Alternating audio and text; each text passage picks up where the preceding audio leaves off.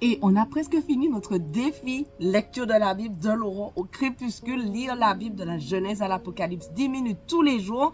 Apocalypse arrive à grands pas. Donc déjà, avant de commencer, dites-moi en commentaire qu'est-ce qu'on va faire pour célébrer la fin de ce défi. On a commencé le 1er août 2022. On est là dans Philippiens. En plus, les livres qui restent, ils sont courts, donc ça va aller vite. Donc dites-moi des idées pour célébrer un live, un jeu concours, qu'est-ce qu'on fait? Mais en tout cas, on continue avec Philippiens. Donc, comme d'habitude, il y aura la vue d'ensemble, l'introduction du livre, avant de commencer la lecture avec ma Bible. Encore une fois, je la montre. Vie nouvelle. Franchement, Bible d'études complète, explication de versets, contexte historique. Vraiment, si tu cherches une Bible, vas-y. Non, je ne suis pas sponsorisée. Elle est top, c'est tout. Donc, le but du livre. Remercier les Philippiens du don qu'ils ont envoyé à Paul et les fortifier en leur montrant que la joie véritable ne se trouve qu'en Jésus-Christ. L'auteur, c'est Paul, les destinataires initiaux, les chrétiens de Philippe. Excuse-moi, je vois un truc là qui... Bref. Le contexte. Paul a fondé l'église de Philippe au cours de son deuxième voyage missionnaire. C'était la première église du continent européen. Ses membres avaient envoyé un don à l'apôtre par l'intermédiaire d'Épaphrodite, un des leurs. Paul était alors emprisonné à Rome. Il a écrit cette lettre pour les remercier et les encourager dans leur foi. Le verset clé, un des versets que j'aime, réjouissez-vous toujours dans le Seigneur, je le répète, réjouissez-vous. C'est dans Philippiens 4, verset 4. Donc, il y a plusieurs thèmes abordés dans le livre des Philippiens, mais je vais prendre le thème de la joie.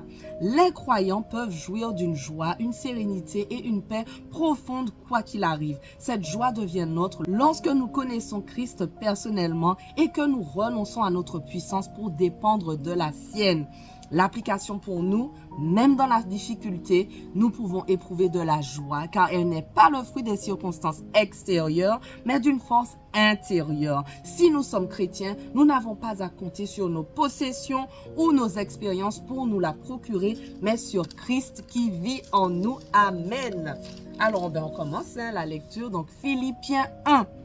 De la part de Paul et Timothée, serviteurs de Jésus-Christ, à tous les saints en Jésus-Christ qui sont à Philippe, aux responsables et aux diacres, que la grâce et la paix vous soient données de la part de Dieu, notre Père, et du Seigneur Jésus-Christ.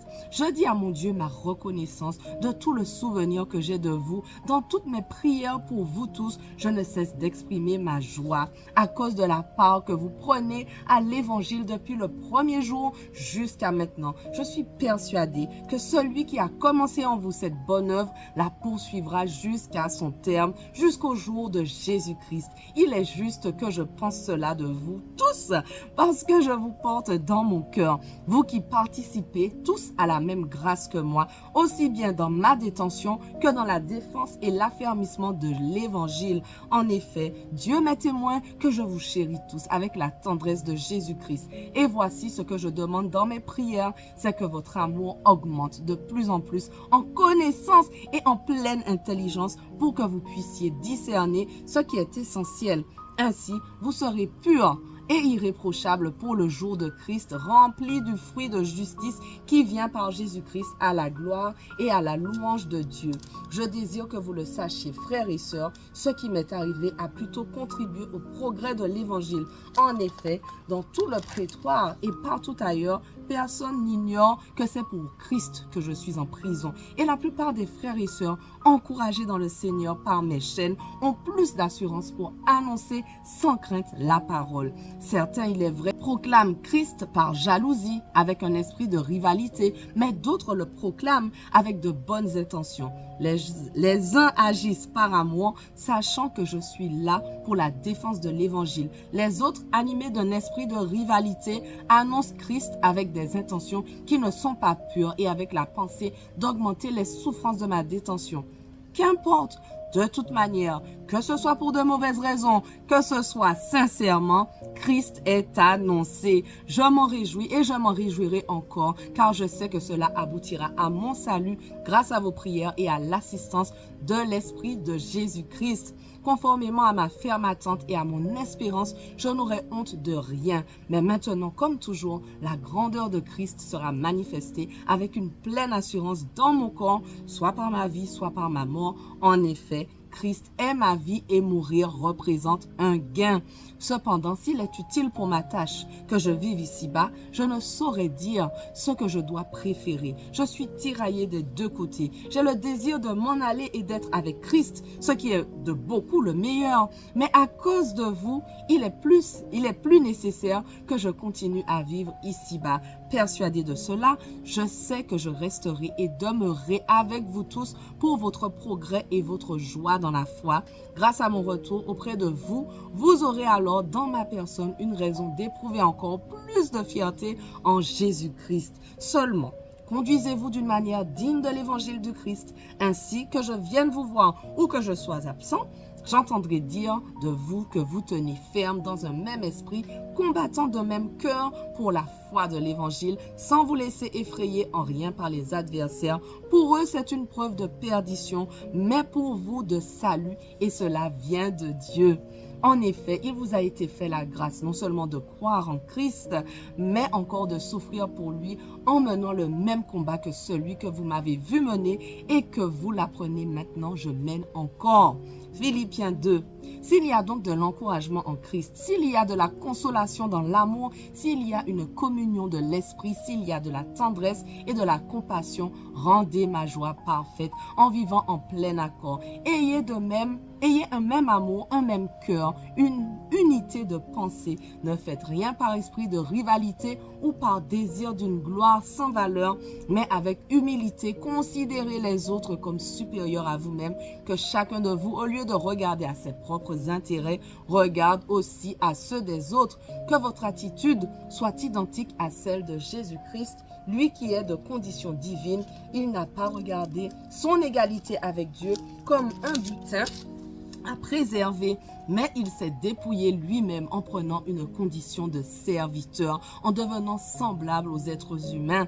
Reconnu comme un simple homme, il s'est humilié lui-même en faisant preuve d'obéissance jusqu'à la mort, même la mort sur la croix. C'est aussi pourquoi Dieu l'a élevé à la plus haute place et lui a donné le nom qui est au-dessus de tout nom, afin qu'au nom de Jésus, chacun plie le genou dans le ciel, sur la terre et sous la terre, et que toute langue reconnaisse que Jésus-Christ est le Seigneur, à la gloire de Dieu le Père. Ainsi, mes bien-aimés, vous qui avez toujours obéi, non seulement quand j'étais présent, mais bien plus encore maintenant que je suis absent, mettez en œuvre votre salut avec crainte et profond respect. En effet, c'est Dieu qui produit en vous le vouloir et le faire pour son projet bienveillant. Faites tout sans murmure ni contestation afin d'être irréprochables et purs, des enfants de Dieu sans défaut au milieu d'une génération perverse et corrompue. C'est comme des flambeaux dans le monde que vous brillez parmi eux en portant la parole de vie. Je pourrais alors être fier le jour de Christ de n'avoir pas couru ni travaillé pour rien. Et même si mon sang doit couler pour le sacrifice et le service de votre foi, j'en suis heureux et je me réjouis avec vous tous. Vous aussi, soyez de même heureux et réjouissez-vous avec moi.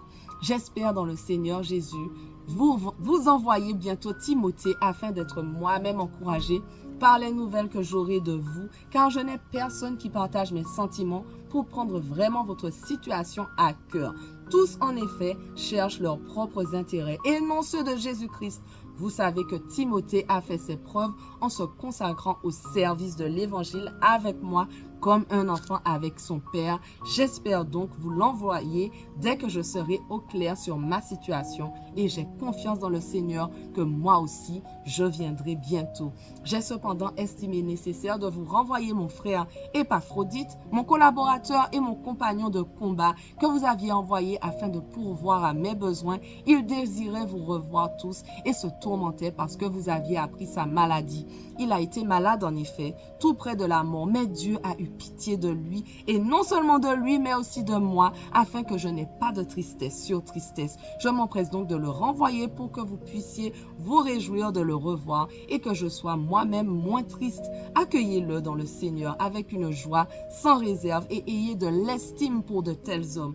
En effet, c'est pour l'œuvre de Christ qu'il a été près de la mort. Il a risqué sa vie afin de vous remplacer dans le service que vous ne pouviez pas me rendre. Merci Seigneur parce que tu nous rappelles à travers ce passage de considérer nos épreuves comme des sujets de joie. Aide-nous à toujours nous réjouir, comme Paul nous l'a rappelé, de nous réjouir tout le temps dans le Seigneur. Aide-nous à pouvoir le faire. Bénis tous ceux qui sont avec moi dans ce défi et merci encore parce que tu nous parles à chacun aujourd'hui et je veux vraiment te donner toute la gloire au nom de Jésus.